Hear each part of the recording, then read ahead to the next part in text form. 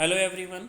आज हम लोग कॉस्ट अकाउंटिंग के एक very important chapters contract costing पे डिस्कस कर रहे हैं। जब भी कोई पर्सन किसी सिविल वर्क को करने का कॉन्ट्रैक्ट लेता है तो उसको अपना प्रॉफिट फाइंड करने के लिए कॉन्ट्रैक्ट अकाउंट बनाना पड़ता है। यहाँ पे दो तरह के कॉन्ट्रैक्ट अकाउंट होते हैं कि अगर उसी फाइनेंशियल ईयर में कॉन्ट्रैक्ट आपका कंप्लीट हो गया तो किस तरह से प्रॉफिट कैलकुलेट करेंगे, और in the case of incomplete contract means अभी कॉन्ट्रैक्ट कंप्लीट नहीं हुआ है, अंडर प्रोसेसिंग है, तो किस तरह से प्रॉफिट एंड लॉस का कैलकुलेशन होगा उस पर हम लोग डिस्कशन करेंगे। पहले हम लोग डिस्कस कर रहे हैं if the contract is complete means contract has been completed, contract work complete हो गया तो हमें किस तरह से कॉन्ट्रैक्ट अकाउंट बना के प्रॉफिट को फाइंड करना होगा। तो चलिए आइए स्टार्ट करते हैं। एक्सपेंसेस को डेबिट करना होगा जिस तरह से बाकी नॉर्मल अकाउंट्स में कोई भी अकाउंट्स हो जिसमें आपको प्रॉफिट कैलकुलेशन करना होता है उसमें एक आपका नॉर्मल रूल फॉलो होता है कि expenses are recorded in the debit side and incomes are recorded in the credit side.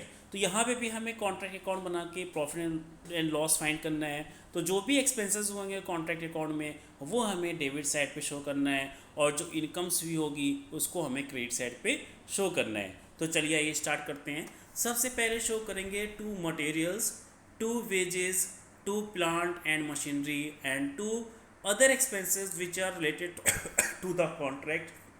ये सारे एक्सपेंसेस आपके डेबिट हो जाएंगे। अब जो मटेरियल्स हमने परचेज़ किया था उसमें से कुछ मटेरियल्स आपका स्टॉक में बच रहा होगा, कुछ मटेरियल्स रिटर्न कर दिया होगा, कुछ मटेरियल्स हो सकता है दूसरे साइड पे चला गया होगा। तो ऐसा जितना भी मटेरियल्स का आउटफ्लो हो रहा है या materials at the end of the contract बच रहा है वो सारी इंट्रीज बाई साइड पे आएगी। By material return, by material at side, material का अगर कुछ लॉस हुआ है तो भी बाई साइड पे आएगा। मीन्स मटेरियल का जो भी आउटफ्लो होगा उसको क्रेडिट साइड पे शो करना होगा। इसी तरह से प्लांट एंड मशीनरी हम लोग ने डेबिट साइड पे शो किया, और जो प्लांट आपका रिटर्न होके साइड पे जा रहा है, सॉरी स्टोर रूम में जा रहा है या अदर साइड पे जा रहा है उसको बाई साइड पे शो करना होगा, बाई प्लांट रिटर्न अकाउंट। इसी तरह से जो साइड पे लास्ट में प्लांट की वैल्यू बच रही है उसको शो करेंगे बाई प्लांट एट साइड। और यहाँ पे एक पॉइंट ये ध्यान देना है कि अगर प्लांट रिटर्न किया गया है और उसकी कोई डेट नहीं गिवन है तो उसको ये एज्यूम किया जाएगा कि first day of the financial year में जिस दिन प्लांट को इस्टेब्लिश किया गया था उसी दिन प्लांट को रिटर्न कर दिया गया, तो कोई डेट नहीं लगेगा, जो कॉस्ट वैल्यू थी उसी पे प्लांट को रिटर्न कर दिया जाएगा। अगर 1 अप्रैल को प्लांट इस्टेब्लिश हुआ और 30 सितंबर को प्लांट को रिटर्न किया जा रहा है तो जो प्लांट रिटर्न की वैल्यू होगी वो प्लांट की ओरिजिनल वैल्यू और उसमें से 1 अप्रैल टू 30 सितंबर तक का डिप्रीशिएशन माइनस करने के बाद जो वैल्यू बचेगी उसको बाय प्लांट रिटर्न के अकाउंट में शो किया जाएगा। और अब जो बाकी प्लांट बच रहा है बाय प्लांट एट साइड उसको 1 अप्रैल को अगर हमने प्लांट इस्टेब्लिश किया था और जो प्लांट हमने रिटर्न किया है उसको लेस करने के बाद जो प्लांट की वैल्यू बचेगी उस पर डिप्रीसिएशन चार्ज करके by plant at site show किया जाएगा। बाई कॉन्ट्रैक्ट अकाउंट, कॉन्ट्रैक्ट जब हम लोग का कंप्लीट हो जाता है तो जितने का कॉन्ट्रैक्ट प्राइस था वो हमें कॉन्ट्रैक्टी से रिसीव हो जाता है, उसको बाई साइड पे शो करेंगे बाई कॉन्ट्रैक्टी अकाउंट, और उसको इसके बाद बैलेंसिंग अमाउंट कैलकुलेट कर लेंगे विच इज़ द प्रॉफिट। अगर क्रेडिट साइड ज़्यादा है डेबिट साइड कम है तो statement of profit loss account profit आ जाएगा, और अगर डेबिट साइड ज़्यादा है क्रेडिट साइड कम है मीन्स लॉस अराइज हो रहा तो by statement of profit loss account को शो किया जाएगा। तो ये था आपका contract account in the case of complete contract. अब अगर कॉन्ट्रैक्ट कंप्लीट नहीं हुआ मीन्स इनकम्प्लीट कॉन्ट्रैक्ट है तो किस तरह से इसको बनाया जाएगा। सबसे पहले कॉन्ट्रैक्ट अकाउंट में एक्सपेंसेस को डेबिट साइड पे ही शो करेंगे, to materials, to wages, to plant machinery, to other expenses, and by side पे material lost, plant lost, by plant जिस तरह से ऊपर हम लोगों ने शो किया था पूरी वैल्यू वही आएगी, बट यहाँ पे आपके पास दो एक्स्ट्रा इन्फॉर्मेशन शो करना होगा by work in progress head में, work certified and work uncertified.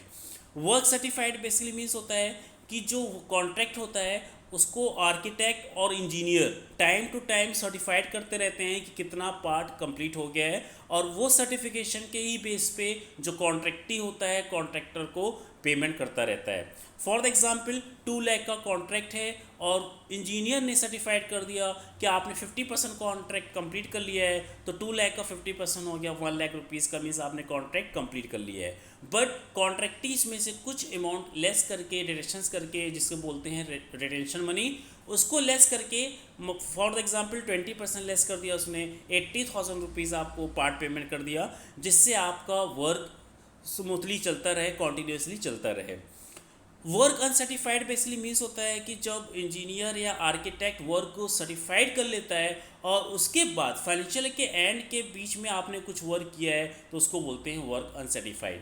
For the example 31 मार्च को अकाउंट क्लोज हो रहा है, 20 मार्च को इंजीनियर या आर्किटेक्ट ने वर्क को सर्टिफाइड किया था कि आपने कितना वर्क कंप्लीट कर लिया, और उस सर्टिफिकेशन के बाद मीन्स 21 मार्च से 31 मार्च के बीच में आपने जो वर्क किया है उसकी जो कॉस्ट है उसको बोलेंगे work uncertified.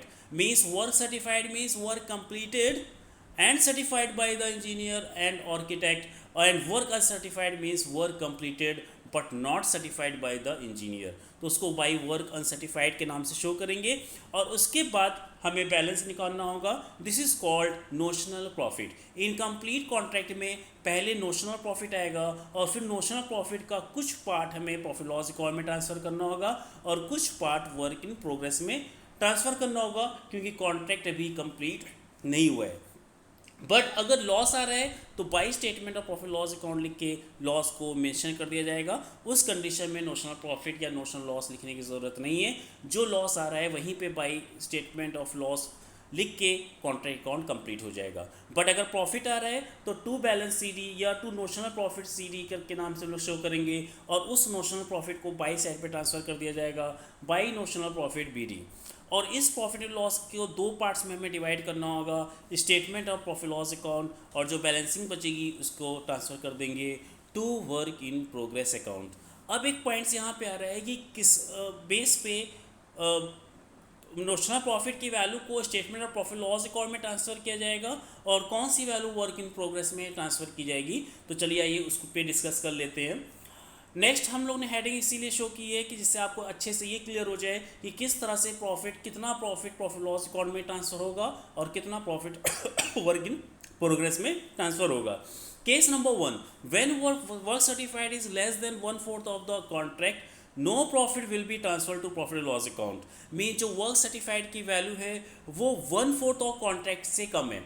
For the example आपने जो कॉन्ट्रैक्ट लिया था वो 2 लाख रुपीज़ का था और 2 लाख का 1/4 होता है 50,000 रुपीज़। अगर वर्क सर्टिफाइड की वैल्यू 50,000 से रुपीज़ से कम है, इस कंडीशन में कि 1/4 ऑफ कॉन्ट्रैक्ट प्राइस से कम है, तो कोई भी प्रॉफिट लॉस अकाउंट में ट्रांसफ़र नहीं किया जाएगा। जो भी आपका नोशनल प्रॉफिट आया था बाई नोशनल प्रॉफिट, उसको डायरेक्टली हम लोग टू वर्क इन प्रोग्रेस में ट्रांसफ़र कर देंगे।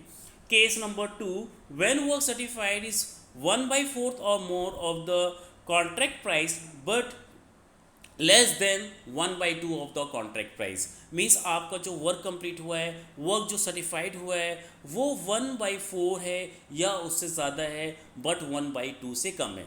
जैसे अभी एग्जाम्पल लिया था हम लोग ने कि कॉन्ट्रैक्ट प्राइस अगर 2 लाख रुपीज़ है और उसका 1/4 होता है 50,000 और 1/2 होता है 1 लाख। अब आपने 75,000 आपका वर्क सर्टिफाइड हो गया, तो इसका मतलब 1/4 से ज़्यादा है बट 1/2 से कम है। तो हम प्रॉफिट को किस तरह से, प्रॉफिट कितना कैलकुलेशन करेंगे, profit equal to notional profit into 1/3 into cash received upon work certified. Notional profit आपने कैलकुलेट कर लिया था, कैश रिसीव्ड क्वेश्चन में गिवन होगा, वर्क सर्टिफाइड क्वेश्चन में गिवन होगा, और इस फॉर्मूले से जो प्रॉफिट आएगा उसको statement of profit loss account में ट्रांसफ़र किया जाएगा और उसके बाद जो बैलेंसिंग अमाउंट बचेगी उसको वर्क इन प्रोग्रेस में ट्रांसफ़र कर दिया जाएगा। इसी तरह से when work certified is 1/2 or more of the contract price, then profit is calculated as under profit equal notional profit into 2/3 into cash received upon work certified। Notional profit आपने calculate किया था, जो फॉर्मूला आपने ऊपर apply किया था वही formula नीचे अप्लाई करना है, बट 1/3 की जगह 2/3 हो जाएगा। और ये कब होगा, जब work certified is more than 1/2 और 1/2 of the contract price. For the example इस क्वेश्चन में एग्जांपल हम लेके चल रहे हैं कि 2 लाख रुपीज़ की कॉन्ट्रैक्ट प्राइस है, तो इसका 1/2 हुआ 1 लाख रुपीज़। तो अगर वर्क सर्टिफाइड की वैल्यू 1 लाख रुपीज़ या उससे ज़्यादा है तो ये फॉर्मूला अप्लाई करके अमाउंट को प्रॉफिट लॉस अकाउंट में ट्रांसफ़र किया जाएगा, और फिर जो बैलेंस बचेगा उसको वर्क इन प्रोग्रेस में ट्रांसफ़र किया जाएगा।